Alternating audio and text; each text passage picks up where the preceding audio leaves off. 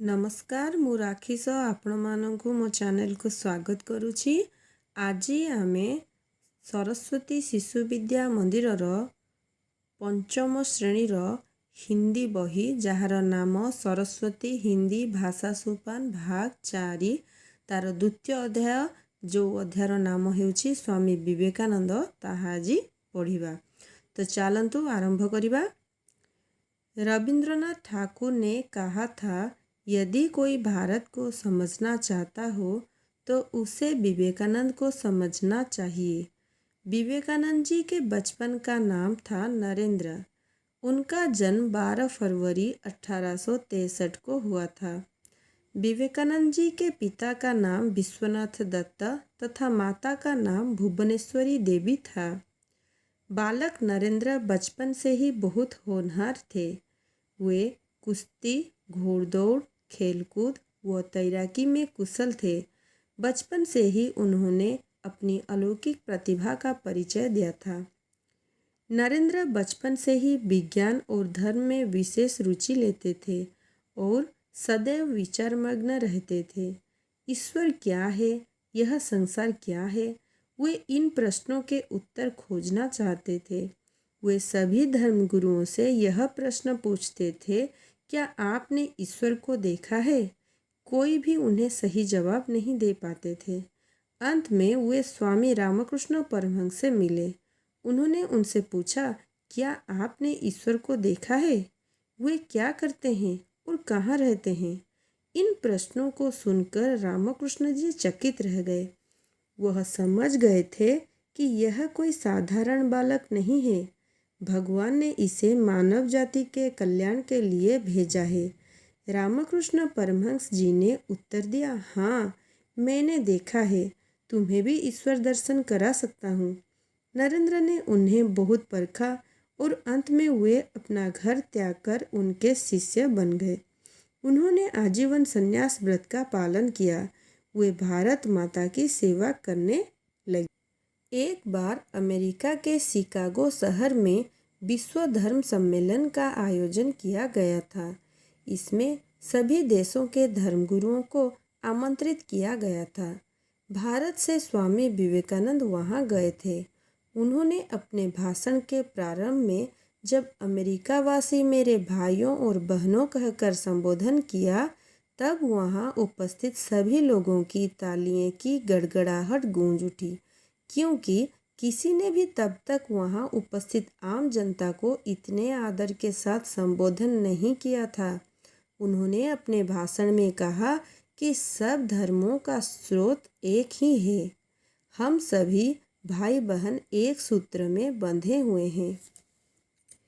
स्वामी जी का मत था कि शिक्षा में पुस्तकीय ज्ञान की अपेक्षा चरित्र पर विशेष बल देना चाहिए। स्वामी जी कहते थे, यदि तुम्हारा पड़ोसी भूखा है तो मंदिर में प्रसाद चढ़ाना पाप है। उन्होंने हिंदू धर्म का प्रचार प्रसार करने के लिए रामकृष्ण मिशन की स्थापना की थी। वे इस मिशन के माध्यम से भूखों, गरीबों, अपाहिजों और उपेक्षितों की सेवा भी करना चाहते थे। स्वामी जी 8 जुलाई 1902 को अपने विद्यार्थियों को प्रवचन देकर टहलने गए थे। फिर वापस आकर 1 बजे वह ध्यान में बैठ गए। यही स्वामी जी को महासमाधि प्राप्त हुई।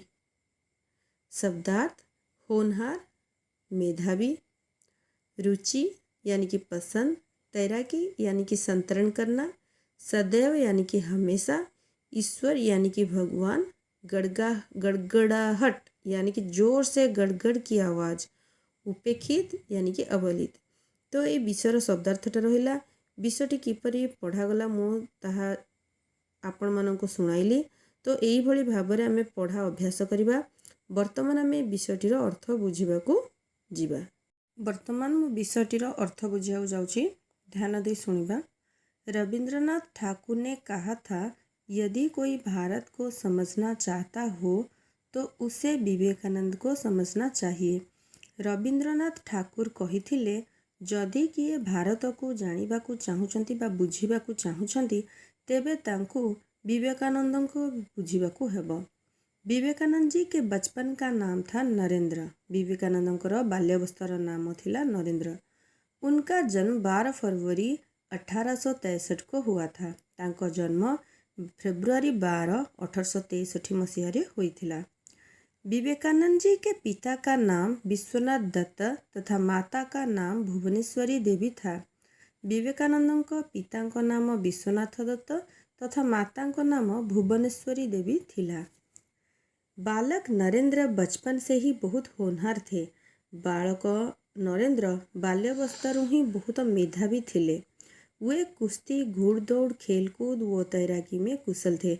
से कुश्ती, कसरत, घोड़ा दौड़, खेलकूद तथा पहरिबा ये सबुरे बहुत पारंगम थे, कुशल थे। बचपन से ही उन्होंने अपनी अलौकिक प्रतिभा का परिचय दिया था। बाल्यावस्थारू ही से निजर अलौकिक प्रतिभार परिचय देते। नरेंद्र बचपन से ही विज्ञान और धर्म में विशेष रुचि लेते थे। नरेंद्र बाल्यावस्थारू ही विज्ञान एवं धर्म क्षेत्र में विशेष आग्रह व रुचि नेउथिले बा रखुथिले और सदैव विचारमग्न रहते थे एवं सर्वदा चिंतामग्न रहते। ईश्वर क्या है? ईश्वर कौन? यह संसार क्या है? ये संसारटी कौन? वे इन प्रश्नों के उत्तर खोजना चाहते थे। से यही प्रश्न गुड़िकर उत्तर खोजिबाकू चाहूथिले। वे सभी धर्मगुरुओं से यह प्रश्न पूछते थे। से सबू धर्मगुरु मानू यही प्रश्न पचारुथिले जे क्या आपने ईश्वर को देखा है? कौन आपण ईश्वरों को देखिछंती? कोई भी उन्हें सही जवाब नहीं दे पाते थे। केही भी तांको सठिक उत्तर दे पारु नथिले।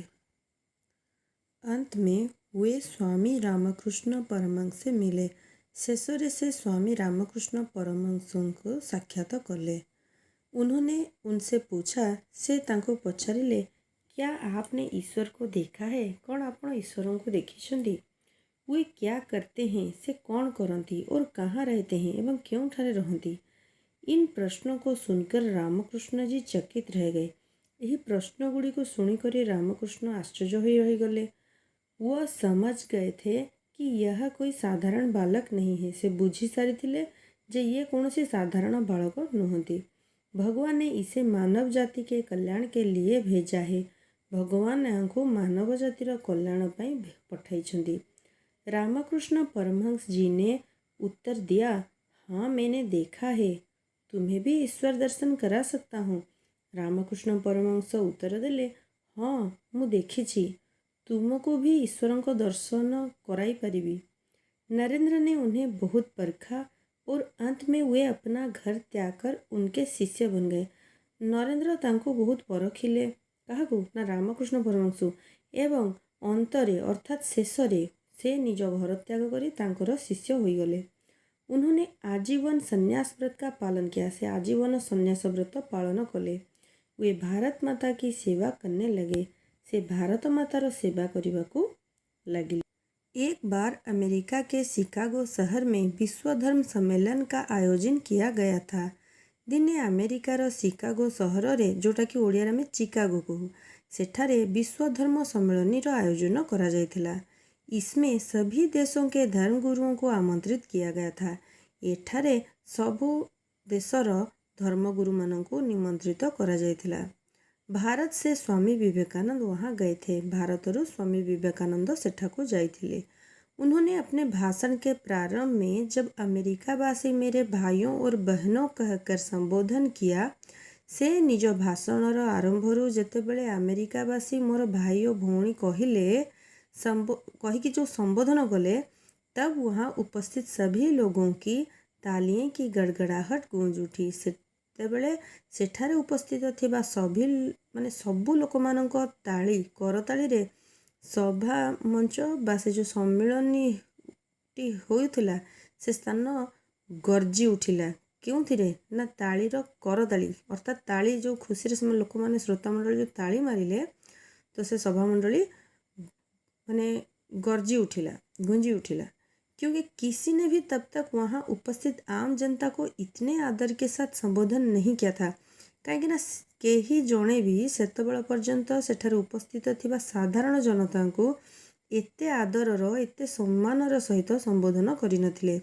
उन्होंने अपने भाषण में कहा कि से निज भाषण रे कहिले जे सब धर्मों का स्रोत एक ही है, सबु धर्मर स्रोत गोटिए, हम सभी भाई बहन एक सूत्र में बंधे हुए हैं, हमें सबु भाई भूमि गोटिए सूत्र रे बंधा होइछंती। स्वामी जी का मत था कि शिक्षा में पुस्तकीय ज्ञान की अपेक्षा चरित्र पर विशेष बल देना चाहिए। स्वामी विवेकानंद मत थिला बा से चाहूले जे शिक्षा क्षेत्र में पुस्तकीय ज्ञान अपेक्षा चरित्र ଉପରେ विशेष गुरुत्व देवा दरकार। स्वामी जी कहते थे, से कहूले किए ना स्वामी विवेकानंद कहूले, यदि तुम्हारा पड़ोसी भूखा है, यदि तुम पड़ोसी भूखिला अछंती तो मंदिर में प्रसाद चढ़ाना पाप है, तेबे मंदिर रे प्रसाद चढ़ाइबाटा पाप अटे। उन्होंने हिंदू धर्म का प्रचार प्रसार करने के लिए से हिंदू धर्मर प्रचार प्रसार करने पई रामकृष्ण मिशन की स्थापना की थी। रामकृष्ण मिशन स्थापना करिथिले। वे इस मिशन के माध्यम से भूखों, गरीबों, अपाहिजों और उपेक्षितों की सेवा भी करना चाहते थे। से यही मिशन माध्यम रे भोकिला, गरीब, दिव्यांग तथा अवहेलित लोकमानंकर सेवा करने को चाहूले। स्वामी जी 8 जुलाई 1902 को स्वामी जी 8 जुलाई 1902 मसीह अपने विद्यार्थियों को प्रवचन देकर टहलने गए थे। निज विद्यार्थी मानों को प्रवचन देकर बुलिबा पई जाइथिले। फिर वापस आकर 1 बजे वह ध्यान में बैठ गए। पुणी पुनर्बार फेरी की से गोटे बेले ध्यान रे बसीगले। यही स्वामी जी को महासमाधि प्राप्त हुई। यही ठारे ही स्वामी जी को महासमाधि प्राप्त होला, अर्थात से देह त्याग कले प्राण त्याग कले। होनहार अर्थ मेधावी, रुचि अर्थ पसंद, तैराकी अर्थ संतरण करवा, सदैव अर्थ हमेशा, ईश्वर अर्थ भगवान, गड़गड़ाहट अर्थ जोर से गड़गड़ की आवाज़, जोर रे गड़गड़ करतालीर आवाज़ अर्थात गर्जन, उपेक्षित होची अवहेलित। वर्तमान आम ये विषयर अभ्यास प्रश्न उत्तर को जीवा। तो चलतु आरंभ करिबा। 1 नंबर देइछि, नीचे दिए गए प्रश्नों के उत्तर दीजिए। तले दिया जाइथिबा प्रश्न गुड़िकर उत्तर दियो। स्वामी विवेकानंद जी के बचपन का नाम क्या था? स्वामी विवेकानंद जी के बचपन का नाम नरेंद्र था। प्रश्न थिला स्वामी विवेकानंद का बाल्यावस्थार नाम कौन थिला? स्वामी विवेकानंद का बाल्यावस्थार नाम नरेंद्र थिला। नरेंद्र बचपन से किस विषय में रुचि लेते थे? नरेंद्र बाल्यावस्था क्यों विषय उपर बेसी आग्रही थिले? नरेंद्र बचपन से ही विज्ञान और धर्म में विशेष रुचि लेते थे। नरेंद्र बाल्यावस्थारू ही विज्ञान एवं धर्म रे बेसी आग्रही थिले। स्वामी विवेकानंद जी के पिता और माता का नाम क्या था? स्वामी विवेकानंद का पिता का नाम एवं माता का नाम कौन थिला? स्वामी विवेकानंद के पिता का नाम विश्वनाथ दत्ता और माता का नाम भुवनेश्वरी देवी था। स्वामी विवेकानंद का पिता का नाम विश्वनाथ दत्ता एवं माता का नाम भुवनेश्वरी देवी थिला। स्वामी विवेकानंद का जन्म कब हुआ था? स्वामी विवेकानंद का जन्म केबे हुईथिला? स्वामी विवेकानंद का जन्म 12 फरवरी 1863 को हुआ था। स्वामी विवेकानंद का जन्म 12 जनवरी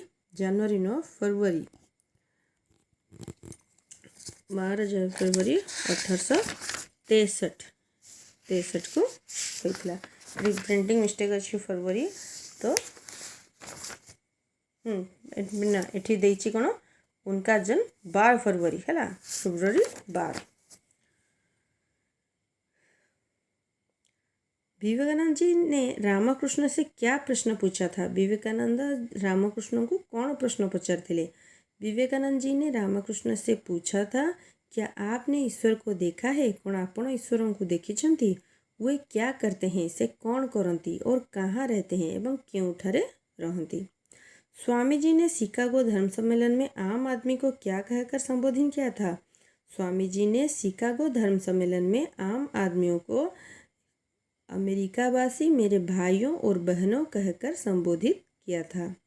2 नंबर दीजिए, सही वाक्य पर सही तथा गलत पर गलत का चिन्ह लगाइए। विवेकानंद जी के बचपन का नाम देवेंद्र था, गलत। उनकी माता का नाम भुवन मोहिनी देवी था, गलत। नरेंद्र का जन्म 12 फरवरी 1863 में हुआ था, सही।